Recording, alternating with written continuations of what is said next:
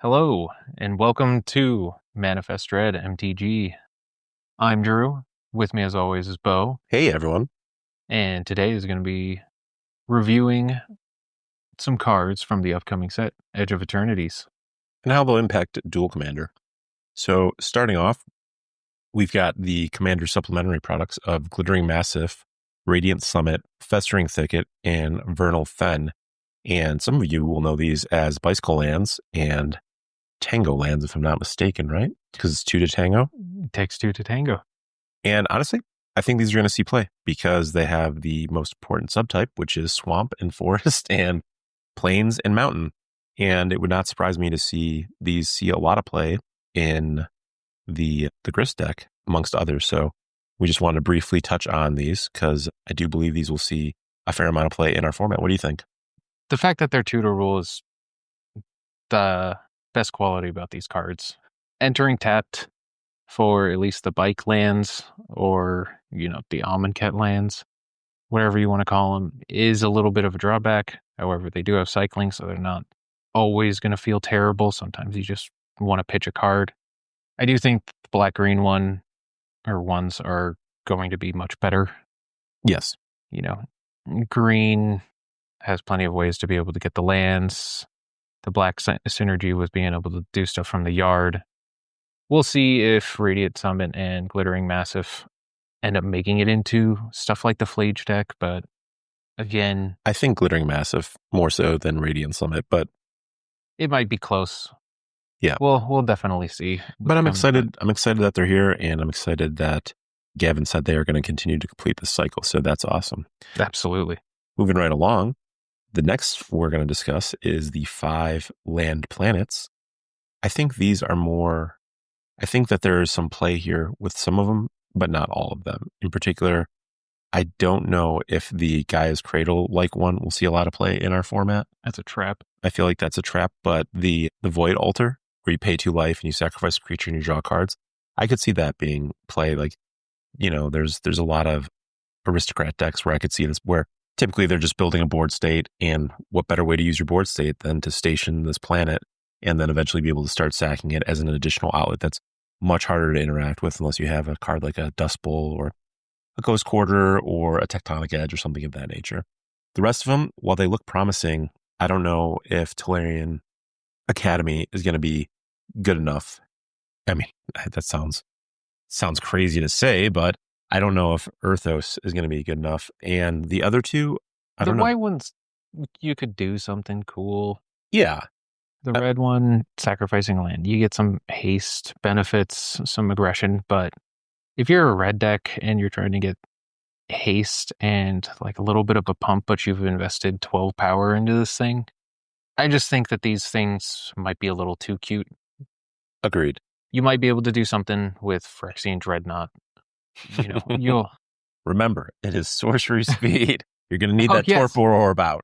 But yes, I think that there is something there. If I were to rank these, I would say Sasur, Void Altar 1, and then I would probably go, realistically, the Avenito Waking Haven 2, the Adagi Windswept Bastion 3, Uthos Titanic Godcore 4, and then Cavern Memorial World as 5. I think the red one is the least playable as I currently understand it. How do you feel about that ranking? Yeah, I, for the most part, agree. I think the green one is only promising because it's probably the most likely thing to turn on by investing 12 power, but I feel that these are just too slow. Like, it makes me think that the blue one is going to be, like, blue or white is going to be the most promising just because those are going to be the decks that have the stifle effects for a Dreadnought, and so you might see it in something along those lines. But this format is about interacting with your opponent. A lot of these decks can be super aggressive, and so taking some time off to just kind of do nothing or do a level up sort of effect. Yeah, like I said, I think like the Sasuri Secondy Void Altar has probably the most potential, especially in a deck that has, like I said, aristocrats, but like Jadar, Ghoul Caller of Nephalia, like being able to just use that Decayed Zombie to give it 2 right away, that's not nothing. So yeah. All right, moving right along. Amdian Hatchery. pay 1 life, add black, put a hatchling counter on this land. When this land is put into a graveyard from the battlefield, put each hatchling counter on it. Create a 1/1 black insect creature token with flying. I think this is a sweet card, and I could see it in Grist. This thing is sweet. Yeah. I like this card a lot. I mean, 1 life, kind of unfortunate, but at the same time, if you have a way to be able to sacrifice your land, anything along those lines, and just turn it into value, in this format, you have plenty of ways. Yeah. This might even wind up showing up in a Cecil build for me, just because of the text, pay 1 life, add black. That's hot. Yeah. So I like this card. I'm sure it will show up in our format in some capacity. Yeah, and I'm sure there's also some small thing that we're not thinking about that, can really make this thing pop off. I'm sure it'll be in like a solid, like, get Rog, Jund, rock style deck too. And this land has a lot of potential. Do it with like an ogre battle driver type effect. Let's just go. Give them all haste and 2/+0 and just yes. I mean, I feel like if you get 1 body out of this, you're feeling great. But anything after that, if this comes down on 1 and you're using it up till 4, and then you dust bowl on 4, you're seems decent. All right. Next up, we've got AntiCasual Vestige. How do you feel about this card? So for those listening at home, this is when this creature leaves the battlefield, draw a card. Then you may put a permanent card with mana value less than or equal to the number of lands you control from your hand onto the battlefield, tapped, warp 4. It's a 7/5. Eldrazi.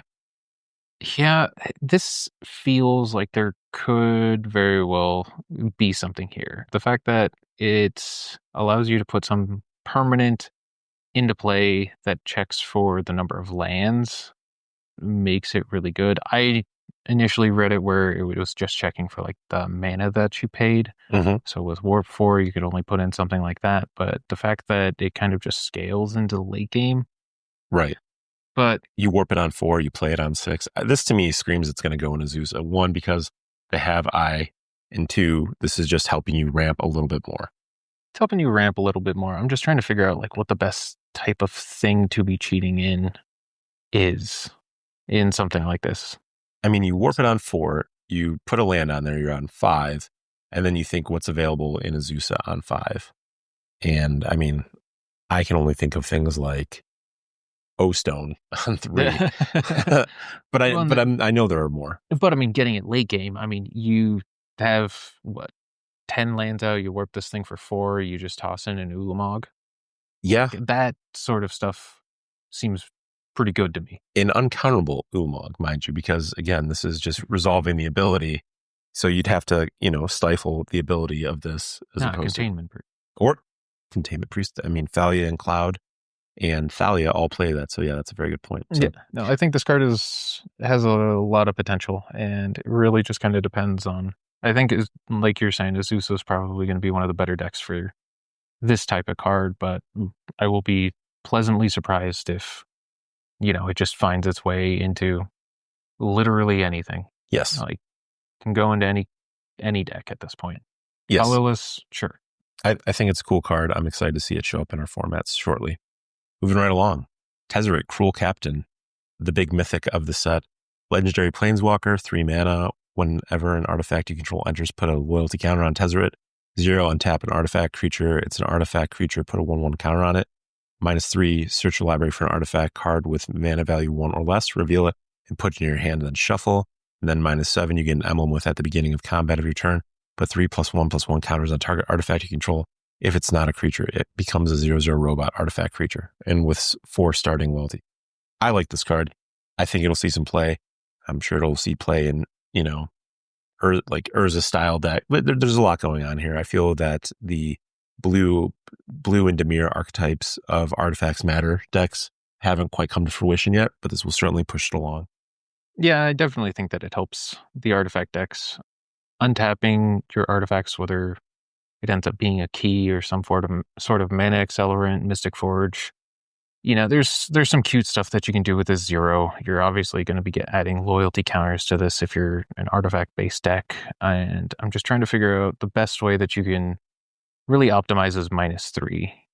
Being able to tutor up something with 1 or 0 CMC seems Like it could be very powerful, and so it's just going to be interesting to see what we end up coming up with. Like I said, you can get keys, you can get an Esper Sentinel if you wanted to. Yeah. It's a legal target, but yeah. Skull Clamp. Phyrexian Dreadnought. We're back. We're back. We're going to station so many planets. All right, moving right along. The ultimate, I don't think is. Yeah, the ultimate's relevant. I don't foresee that being. You know, I will say I think that this would be cool. Tezzeret would be very cool with, I think it's Vrain from Final Fantasy, the red that lets you play 2 lands, return a land on your end step. And I could see something with like Great Furnace, Darkseal Citadel, where you're playing this artifact, putting a counter on it, returning, you know what I mean, having a repeatable buyback with it. Yeah. You know, which we'll talk about with another card down the line. So I think there could be a red artifact deck that matters too. I mean, there's a lot of brew potential here, obviously, and that should excite all of us. All right, moving right along. All Fates Stalker, 3 colorless white. Creature, Drix Assassin. When this creature enters, exile up to 1 target non-assassin creature until this creature leaves the battlefield. Warp 1 white, 2/3. Seems like this is going to go right in Thalia. Yeah, I mean, you got a 4 CMC thing, but you can cast it for a turn, a simple removal spell. It kind of reminds me of Flicker Wisp? No, well, a little bit of Flicker Wisp, but also kind of Touch of the Spirit Realm type of effect. Yep. You know, you've got a permanent removal for something a little bit more expensive, or rather answer with an answer, or you can end up doing some cheaper cost to be able to do it. It's just the benefit of Touch of the Spirit Realm was that you're just discarding. It's just an ability rather than casting the card. But this exile something temporarily, and then you can recast it on a later turn. So exile multiple things.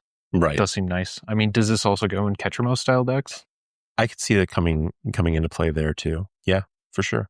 I can already see the line where somebody goes, you know, if they have Flicker Wisp out in Thalia, you warp this, you target your Flicker Wisp, you attack, you target this, the Flicker Wisp comes back, you remove something.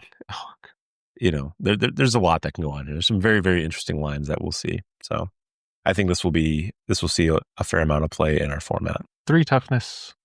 We'll see, but I mean, the 4 CMC helps out. Next up is Lightstall Inquisitor, 1 white, creature, angel wizard, vigilance. When this creature enters, each opponent exiles a card from their hand and may play that card for as long as it remains exiled. Each spell cast this way costs 1 more. Each land played this way enters tapped. It's a 2/1. This card's awesome. This card's sweet. This is, you know, Savannah Lions. Steroid. Yeah, this card does a ton, and I'm very excited to see where we go with this. I'm super pumped to play it in Cecil. This Cecil deck. I'm so excited. I mean, it's a weird taxing card. Like, your opponent gets to choose what card they want to exile and get taxed. So kind of a downside, but if you can find ways to, you know, either flicker this thing constantly with Ephemerate or Felia or anything along those lines, like taxing your opponent, making stuff cost more, making their lands enter tapped is just so obnoxious. Yeah, I agree completely. This card will see a lot of play. Like, why does it have vigilance? I don't know. It's a 2/1. Just let it trade off. Thank you, Wizards. All right, moving right along. Seamrip, 1 white enchantment. When this enchantment enters, exile target non-land permanent opponent controls with mana value 2 or less until the enchantment leaves the battlefield. This is just Portable Hole Redux. Now, me personally, I will be switching from Portable Hole to Seamrip just because enchantments are harder to interact with by and large in this format than artifacts. So I think that's the value to me. I like what this card's doing. Yeah, this is a great card, a great addition to the pool. More difficult to tutor up. Mm-hmm. You know, Portable Hole can be tutored up by Tezzeret and that sort of stuff, but I wholeheartedly agree that because this is much more difficult to interact with or less likely to be interacted with, this starts looking a little better in your non-artifact centric decks. Agreed. All right, I'll let you take this one. Oh, I love this. This is one of the ones that I was most excited for. So Starfield Shepherd, for 3 white, 5 mana total, a 3/2 flying. When it enters, search your library for a basic plains card or a creature card with mana value 1 or less. Reveal it, put it into your hand, and shuffle with warp of 1 and a white, so 2 mana. This thing, I think, just gives so much value and so much potential. Yeah. Again, another card that's going to immediately find home in Thalia. Yeah, I mean, you can tutor up your Esper Sentinels. If you get into green counter decks, like Hydra type stuff, if you start brewing into that, you can get Gold Vein Hydra, all of those things that can be big. Yep. So, yeah. If you need the land, which sometimes you just get stuck on 2 lands and you end up having to Demonic Tutor or Tainted Pact for a land, the amount of times I've DT'd or Tainted Pact for a land is more than I have digits on my hands and toes. But yeah, knowing that it can just fetch up any creature mana value 1 or less, or get you the plains, help fixes your land issues, helps get you more pressure or interaction. Yeah. I like this card a lot. I agree. I think it's going to see home in like a Selesnya Bright Glass Gear Hulk deck as well, just where you're just a toolbox deck. And this card's awesome. Hell, you can play it in Giahata. Yeah. You get Yes, it's an angel. It is an angel. Up your Segovian angel. Yeah. There's a lot going on here with this card. And again, the fact that you can warp it for 2 and continue to hit your land drops if need be is pretty nice. I just want Giada to be a thing. That's fair. Moving on to the next color, we got blue. Consult the Starcharts. This card excites me. This is 1 blue, kicker 1 blue. Look at the top X cards of your library, where X is the number of lands you control. Put 1 of those cards into your hand. If this spell was kicked, put 2 of those cards in your hand instead. Put the rest on the bottom of your library in a random order. I like that Wizards is going away from the templating of draw to put. Take that Narset and Bowmaster. But this card is awesome. I love that it's at instant speed. I can't wait to put this in Urtai. Just a number of blue decks in general. Whether you're combo or control, this card does a lot. What do you think? Yeah, I mean, the floor is a 2 mana instant speed sleight of hand, right? Yes. At that point, and it scales as you play a long game. Even if you just end up taking 1 card from 6 potential options when you have 6 lands or something, the fact that it scales with your lands is huge. And, making this into a much better memory deluge. Sans flashback. Yeah, like Sans flashback, but being able to take 2 cards, you're digging deeper, or you can play it earlier. Mm-hmm. I think this card is also very good. Yeah. Very, very good. It seems like it's in the same wheelhouse of recent design choices with Wizards, where like it just rewards you for doing what you should be doing naturally, right? Which is making your land drops. It's like, I don't want to compare it to Corey Steele in the sense that Corey Steele was obviously very powerful, but in the sense that you just get rewarded for doing what you should be doing. Oh, you're casting multiple spells per turn. Here's a 1/1 monk. Oh, you're hitting your land drops. We're going to let you dig a little bit further and deeper. So I'm very excited for this card. I'll let you take this next one. I don't know how to pronounce him. Memenon? The right hand. 3 blue, 5 mana total. For a 3/4 flying, you may look at the top card of your library anytime. You may cast artifact spells from the top of your library, and artifacts you control have tap, add, blue. Spend this mana only to cast a spell from anywhere other than your hand. I'm excited. These Future Sight style cards are cool, and I think can be powerful. I think, giving it that kind of Urza ability where your artifacts can tap to add manas can be really, really powerful. I'm just trying to figure out how you can cast multiple things off the top of your library. If you can combine this with like Mystic Forge or other ways to manipulate the top card, I think this card starts looking very powerful, very good.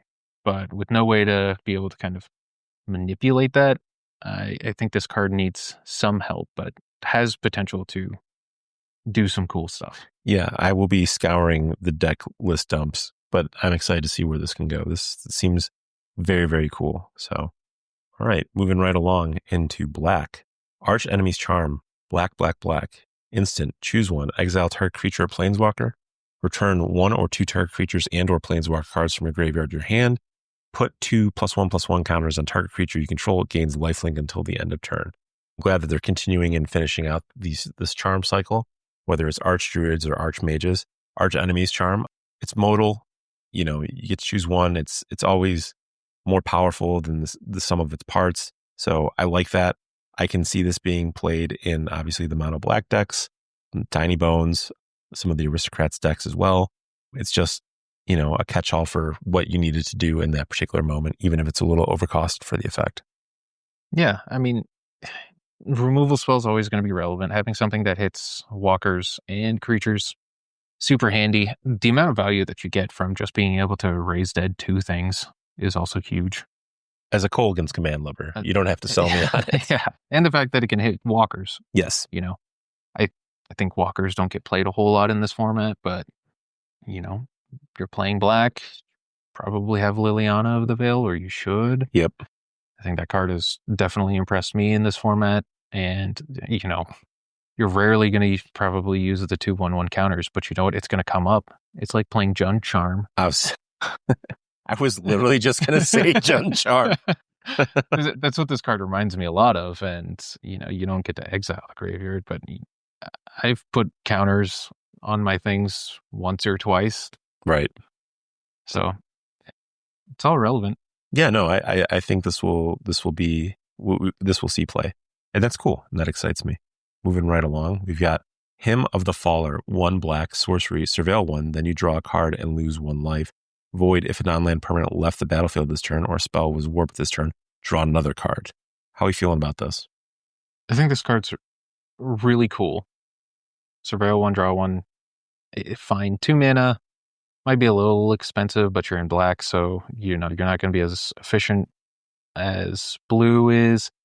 And if you have a way to be able to make the void aspect of the card trigger or work, then that's great. So you're going to be looking at, you know, your probably Rakdos Sacrifice style decks, because this thing's limited to sorcery, so you can't do it during your end step. So your warp, I mean, if you warp something in, sure, but it's a little tricky to trigger void. I see this in Rog Tevish. That's where I think this, amongst other things, will shine. Just because you can go Phyrexian Tower, Rog, sack, play this, surveil 1, draw 2, lose 1. Yeah. In which case, you know, digs further than a Sign in Blood or a Night's Whisper. You know, has some extra hoops to jump through, but, you know, digging 1 deeper, I think is definitely worth it. And so I think it slots into that deck just fine. And like I said, if you can figure out a way in some of these sacrifice decks, probably not better than Deadly Dispute, but I think this is Deadly Dispute number 2/3. That's kind of what I was thinking towards. Yeah, I agree. Okay. So Thera the Super Void, 2 black legendary enchantment. Whenever a creature you control dies, each opponent chooses a creature they control and exiles it. At the beginning of your end step, if the player controls no creatures, sacrifice to Thora. Then a creature card exiled with it on the battlefield under your control with 2 additional +1/+1 counters on it. What do you take of this? What's your take on this? So Grave Pact is normally what? And Grave Pact is 4 mana. Right. This is definitely the best Grave Pact variant that we've ever seen. Again, in a sacrifice style deck, kind of looks interesting. If you can, you know, force your opponent to sacrifice their big things, you clear your board, you end up being able to reanimate one of their big things. I can see this doing some cool stuff. I don't know if it necessarily makes the cut in a lot of, or like every single black deck. Like I have said multiple times about this set, I feel that there are a lot of powerful cards that need just a little bit of help. You know, lots of things that don't necessarily seem just raw powerful, but you start some build arounds. Yeah, mostly like a bunch of build arounds or some high synergy type stuff and I think that this one is one that falls kind of in that category.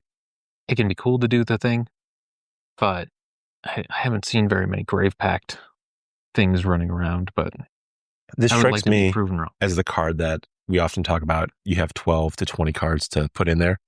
This is going to be one of those 12 to 20 cards until there's more things to support it, personally. But I think it's cool. No, it's very cool. I love casting Grave Pact. I hate playing, like everyone else, you hate playing against Grave Pact. Right. This is a card that I think we will see a lot of. This is Umbral Collar Zealot, 1 colorless black, creature, human cleric. Surveil another creature artifact, surveil 1, 3/2 body. Sacrifice another creature. Sacrifice another. Yes. So, very powerful card, very much reminiscent of your Viscera. Costs 1 more mana, has a way bigger attack and toughness stat, and the fact that you're surveilling instead of just scrying, you can just feed the graveyard, get some synergies. Yep. I think that there's a lot of potential with this card, and I wholeheartedly agree that this card is going to be something that's going to be seeing a lot more play. I think it's going to see a ton of play in the Rakdos sack deck. I believe it's Jury, right? Is that the 2 mana? The Rakdos. Yeah, it's Jury Master of, hang on, it's coming to me, of Review.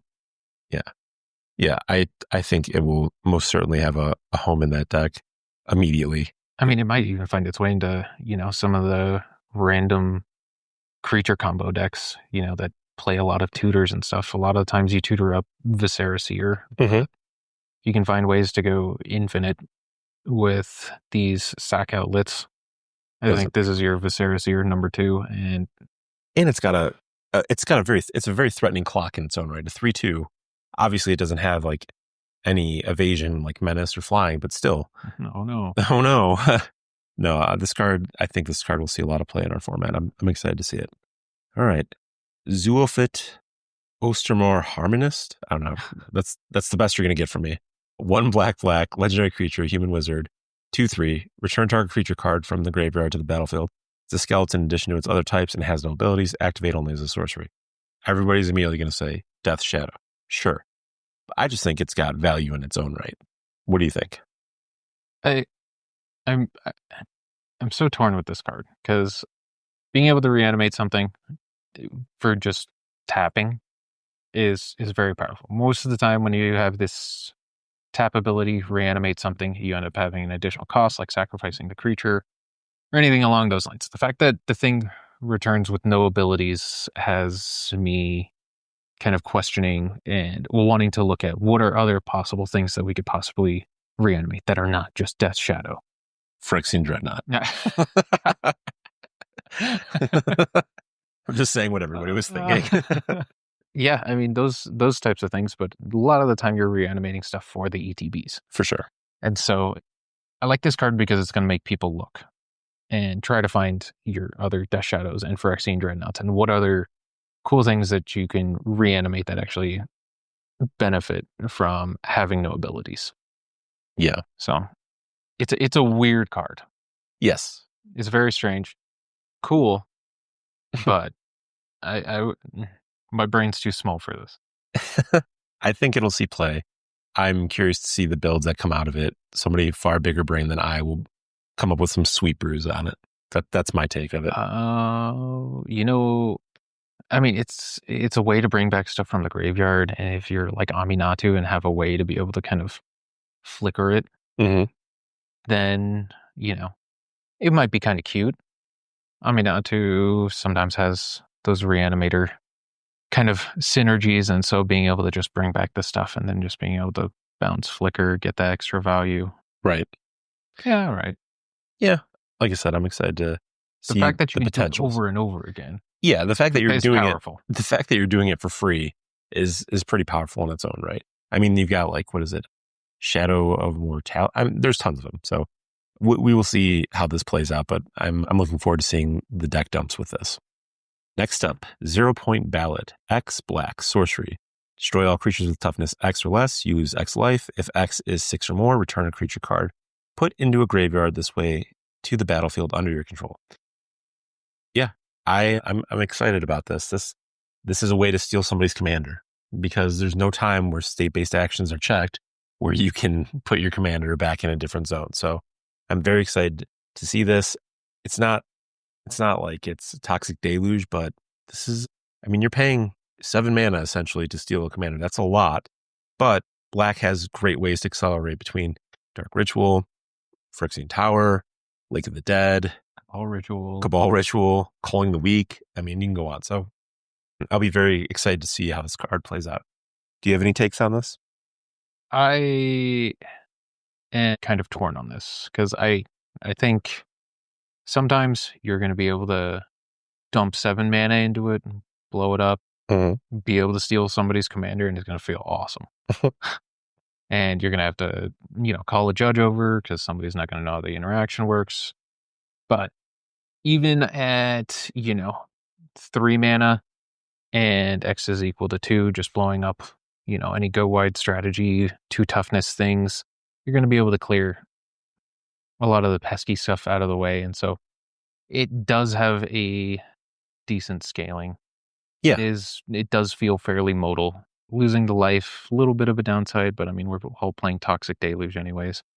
So this feels like one of those cards that I will be pleasantly surprised to start see run in a lot more decks, but it could be too expensive. But I think this is one of those cards where we're going to have to, and I say we as the royal we, are going to have to play it, try it out, and see exactly where it fits and sticks. Because yes, we all want to live the dream and pay 6 life, and lose 6 life and, steal somebody's Aragorn or, Deadpool or whatever. But we will certainly see. So I think returning Deadpool's a bad idea. I mean, yeah, it's the only creature on the battlefield. Yeah. Probably not the best to do that. All right, moving right along. Devastating Onslaught, XX red. Create X tokens that are copies of target artifact creatures you control. Those tokens gain haste until on a turn. Sacrifice them at the beginning of the next end step. Really cool card. Really expensive card. My brain's too small for this. Firmly in that camp as well. I think that it is cool. As we previously just discussed, talking about that like Zane, Tezzeret kind of build around, like there's going to be a mono red or Rakdos Artifacts Matter deck that comes to fruition, and this is going to be a highlighted point for that deck. I mean, if you, even in some maybe Jund Reanimator type of thing or Reanimator style deck that's playing red, what is it, Vaultborn Tyrant? Yep. I mean, getting Vaultborn Tyrants off of this, even if it's just 1 additional, is really nasty. I think you could do some like big flashy creature stuff with that. When it comes to artifacts, I mean, I know that there are some really good ones out there that you can get. It doesn't specify non-legendary. Right. And, multiple copies of Portal for Phyrexia. Again, I just don't know these types of cards well enough to be able to really abuse this. But I mean, 3 mana to be able to get an extra something, 5 mana to be able to get 2 and just really go nuts. Yeah. I think this has some potential, and like I said, I think you could see play in like a number of Magda decks as well. Yeah, with some of the flashier and splashier artifacts that they tend to pump out, and creatures. And you're in red, so you get access to Seething Song, Jessica's Will, all of the rituals and stuff. You have ways to be able to just dump a bunch of mana into this. Yep. And so I'll be really interested to see what people can come up with and really do some degenerate stuff with. Yeah, I think it'll be. It'll be very interesting to see where this card leads. Plasma Bolt. 1 red. Sorcery. Plasma Bolt deals 2 damage to any target. Void. Plasma Bolt deals 3 damage instead if a non-land permanent left the battlefield this turn or a spell was warped. This is going to go right into Zergo. And Kellen. Yeah. I mean, shock with upside. Yeah. I mean, it's pretty straightforward on its design and everything else. So I think we will see this card in this format. Yeah. Your low to the ground aggro decks.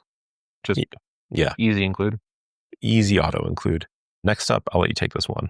All right, we got Tanuk Steadfast second, 2 red, 4 mana total for 3/5. Other creatures you control have haste. Artifact cards and red creature cards in your hand have warp 2 and a red, 3 mana.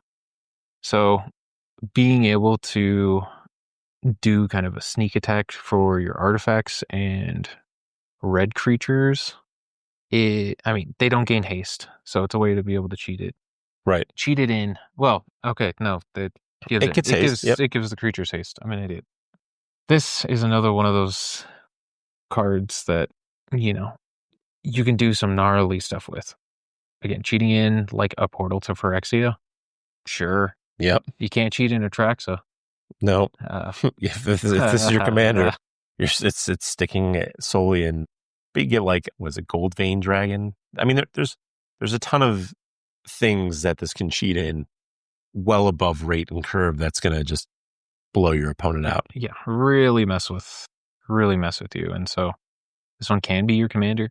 It could be really cool. Yeah. No, you need to either have ways to protect him in red, I guess, or, just have a lot of mana kind of floating around to be able to activate it the turn he comes down. So I think that that's kind of his downside, right? if you choose to play it as a commander.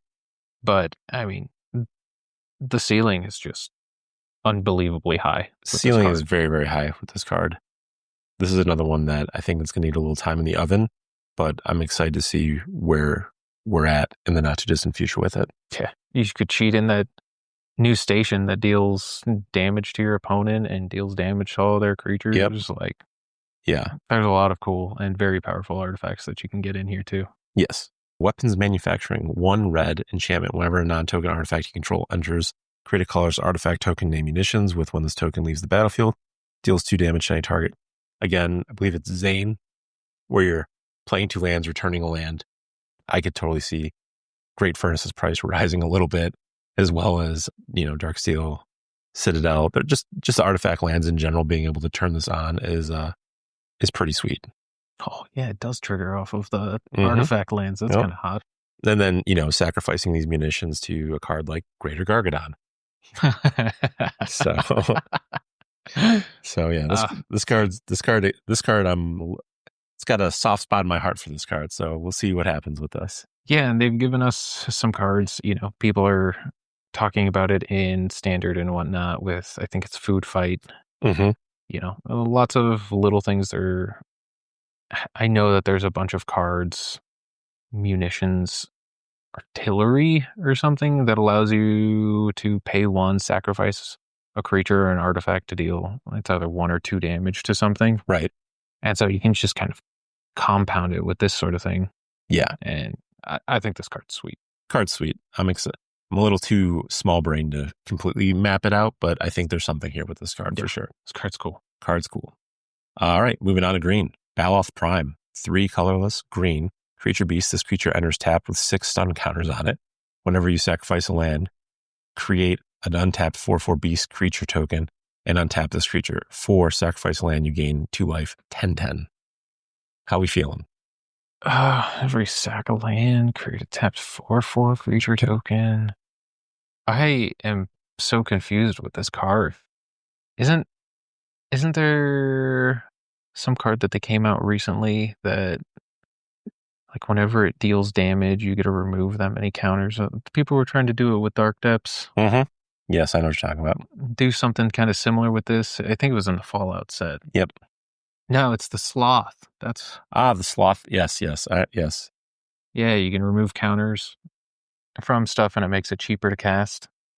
You can just end up getting a 10/10 and a giant Sloth real fast and apply a lot of pressure, and sometimes Sometimes all you need is just a vanilla beater, and this will certainly provide it for it. I feel there's a lot of build around for this card in the Commander set for Edge of Eternities, and I'm sure we're going to talk about some of those cards shortly. Do this and then follow it up with Escape Shift. It'd be pretty sick, actually. Slots into that Lumra deck. Yeah. Exploration Brood Ship, 1 green, artifact spaceship station. With 3, you may play an additional land on each of your turns. At 8, it gains flying. Once during each of your turns, you may cast a permanent spell from your graveyard by sacrificing a land and just paying its other costs. 4/4. Is this a trap? Is this Exploration 2? Where do you land on this? I mean, I could maybe see an argument for a second Exploration. Getting to 3. If it were 2, I think, it would definitely be super doable in green. 3 means that this thing's probably not turning on until turn 3. Right. Is kind of my guess, but then it allows you to kind of ramp and scale from there. And being able to cast stuff from your graveyard is a super powerful effect. We see stuff like Yogwill and Underworld Breach. There's definitely those are more like combo centric, but I mean, even if you're just using this to be able to just gain incremental value, seems like it could be really powerful. I'm not sure what deck this will find a home in, though. I'm excited to see it start out in Azusa and see if it sticks, is my take on it. I don't know if they need another Exploration. Yeah, again, it's turning it on. Excuse me. The Azusa decks tend to play some of the bigger Eldrazi. So yeah, you could turn it on all in a single turn. So maybe that's some of the appeal. You might not even get the exploration part of it. You just might turn it straight on to the point where you can just cast stuff from your graveyard. I agree. And the exploration is just kind of an upside. But unless you're trying to do some weird value grindy engine thing, I'm not Eight's sure. a lot to ask to get things back, but I feel like in Azusa, 8's not too much to get things back. You know what I mean? Yeah, it just turned on much later than Right. So I think it's a wait and see, but it would not surprise me to see it show up in Azusa lists right off the bat as like, let's try this out and see where we're at. I think they should. All right. One of the cards a lot of people are excited for in this set, Frenzied Ballot, green, beast. 3/2, this creature can't be countered. Trample haste, creature spells you control can't be countered. Combat damage cannot be prevented. Is this more of a CEDH card? Do you think this sees play in our format? What do you think? We don't have the One Ring. Yeah. Yeah, thankfully. Making your creature spells uncounterable is something that they do occasionally, and people tend to get super excited about it. And for your regular EDH players tend to love that effect. I see this card more as a 2-mana 3/2 trample haster. The rest of it is there. It's going to come up sometimes, kind of like with Questing Beast. The damage can't be prevented. Sometimes it comes up, rarely, but I think in your aggressive sort of Gruul or mono green decks, if you're doing that type of stuff, having a 3/2 haster is going to be great. You might play this in stuff like Azusa and Tifa just as an early way to be able to make sure that your commander sticks. I feel this gets played in any deck that plays Green Sun Zenith just as a piece of the toolbox to protect you against the Urtais and Aragorns of the world where you're like, hey, I need this to stick and land. You know what I mean? Yeah. I think it's fine. I understand people's excitement for it. Never being much of a green player myself. It's like, all right, well, cool. I'll just do whatever. I don't know. I love Questing Beast. This is one of my favorite cards, most favorite cards. And again, this feels like it's in a similar but worse realm. But I agree with you. I think having the stuff be uncounterable, but then you also have Starfield Shepherd, in which case, right, you're probably playing that. So I think this is just kind of your mono green aggro turn dude sideways type of thing. Yeah, I agree with that. All right, that's all I've got for Frenzied Ballot. Horizon Explorer, 2 green, creature insect scout, lands you control enter untapped. So it's another amulet effect. Whenever you attack a player, create a land or token with 2 tap, sacrifice this token, search your library for a basic land card, put on the battlefield tapped. 2/4. This card immediately slots into Tifa. Yeah, I mean, how do you feel about lander tokens? Without playing them, just conceptually. What little bit have I watched of people just playing the precons, I think they're sweet. I think that's a sweet, 2 mana, sack it. You can do it in your upkeep. You know what I mean? There's no timing restriction on it. I like it. I think that's pretty awesome. So yeah, I'm pro lander token. Where do you land on lander tokens? No pun intended. I think they're super sweet. Wizards is tinkering with all of these types of tokens to be able to give game objects for everyone. Game objects, card advantage, however you want to see it. Clues, maps, blood, lander. I'm waiting for junk to officially get put into, a real Magic set. Fallout, sure, like the commander decks are sweet, but like give us more of that. Right. This card, another spelunking effect. Yep. Yeah, we'll see it in Lumra. In Azusa. Yeah. I don't know if Azusa necessarily wants it, but I mean, Tifa, like you said, Tifa makes sense. It doesn't care what you end up tagging with. I think this sees more play in Tifa than it does Azusa, but I think it could see play in Azusa as well. What I'd be really excited for is, if we can figure out, there's not necessarily a whole lot of green artifact decks, but the fact that you're kind of generating simple artifacts that can get you lands, but if you can find some way to be able to utilize that artifact aspect, maybe if what's that Jund dragon? The sacrifice dragon. Sorry. Corvold. That's the one I was thinking. Corvold. Corvold. Okay. Yeah, if he ever makes his way into there, you get access to either ramping or something else to sacrifice. Yeah, that makes sense to me.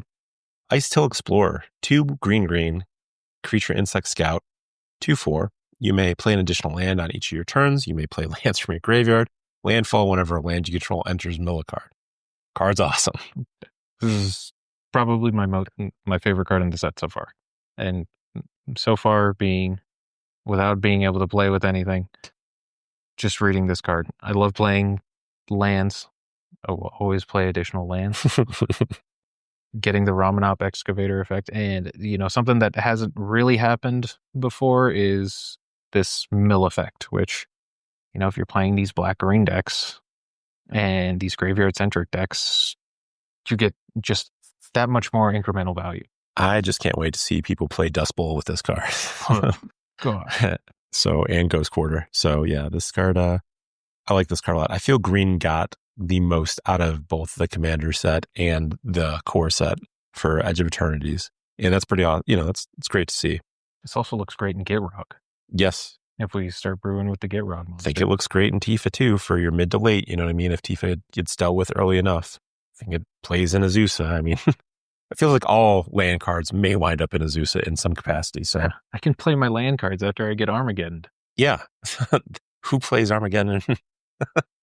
Oh. That's another story for another time. All right. Might Form Harmonizer, 2 green, creature, insect, druid, 4/4, landfall. Whenever a land you control enters, double the power of target creature you control until end turn. Warp 3 mana. Tifa. It's pretty much it. Let's keep going. It's pretty straightforward on this one. It's kind of like Plasma Bolt. There's not much more to say. It's like it does the thing you expect it to do. So pull through the Weft. 3 green, sorcery. Turn up to 2 target non-land permanent cards from a graveyard to your hand. Then return up to 2 target land cards from a graveyard to the battlefield tapped. Yeah, this is a really interesting card. We're getting a kind of restock variant that also just ramps. Mm-hmm. They have to be from the graveyard, so oh no. But, 5 mana to be able to just get 2 lands and any, non-land permanent cards. That's a lot of value for 5 mana. For 5 mana in a color that loves to ramp and is defined by ramp, seems pretty decent. So, yeah. Again, I think you're looking at your kind of green-black self-mill, or if you have some other ways, if you end up doing some blue-green mill stuff, is when you're going to find the most value out of this card. It's just a lot. Yeah. There's a lot of value in this card. I mean, 5 is pretty high up there, but within the context of this color, it's like a 3. It's kind of like a draw 4. Yeah. So I think this card will see some play. All right. Moving right along to the gold cards now. We've got Deardrine Synthesis, Amalgam, X, green, white, legendary artifact creature construct, 0/1, trample. Deardrine enters with a number of 1/1 counters on it equal to the amount of mana spent to cast it. Does that include commander tax? I do believe it does. Whenever you attack, you may remove a 1/1 counter for each of 2 creatures you control. If you do, draw a card and create a 2/2 colorless robot artifact creature token. That is a ton of text on there. That was like kicker. I think this card's sweet. I think there's a number of underexplored Selesnya decks that will play this card, and I think it's got a lot of tools to build around it. Yeah, I think in your counter style deck, I think this is a wonderful commander. Yeah. And that's not really an archetype that I've seen a lot yet, but we're getting a lot of +1/+1 counter synergies in recent sets, and so the format still feels very underexplored. There's a lot of cool stuff that you could do with this guy. Exactly. All right, moving on to our last card. I'm going to let you take this one away. All right, we have Ragost, Deft Gastronaut. Red-white, 2 mana total for a 2/2. Artifacts you control are foods in addition to their other types and have pay 2, tap, sacrifice this artifact. You gain 3 life. Yum, num, num, num, num. Also has the ability 1, tap, sacrifice a food. Ragost deals 3 damage to each opponent. And at the beginning of each end step, if you gain life this turn, untap Bergast. I've seen a lot of people super excited about this guy, being able to brew around him. Super unique card. And like just feels like something you could really just pop off with. Yeah. Like being able to bolt somebody by sacrificing something, and it checks for each end step, so it's not just limited to your end step, so you can just constantly just pew, pew, pew, pew. Yeah, this has Goblin Sharpshooter vibes to it in some sense. But yeah, this card, especially with Wizards really focusing on Boros being a artifacts matter archetype across a number of sets recently, this feels like there's a lot of room to build and brew here. So I'm excited to see what comes with this. Any final thoughts on Edge of Eternities and this set? Like I said early on, I think that there are a lot of powerful cards in this set, but they just need a little help or their build arounds. And, it just goes, I don't know what I'm saying. Fair enough. Well, make sure you like and subscribe. Let us know down in the comments which cards you're excited to build around with Edge of Eternities. And thank you for watching Manafest Dread.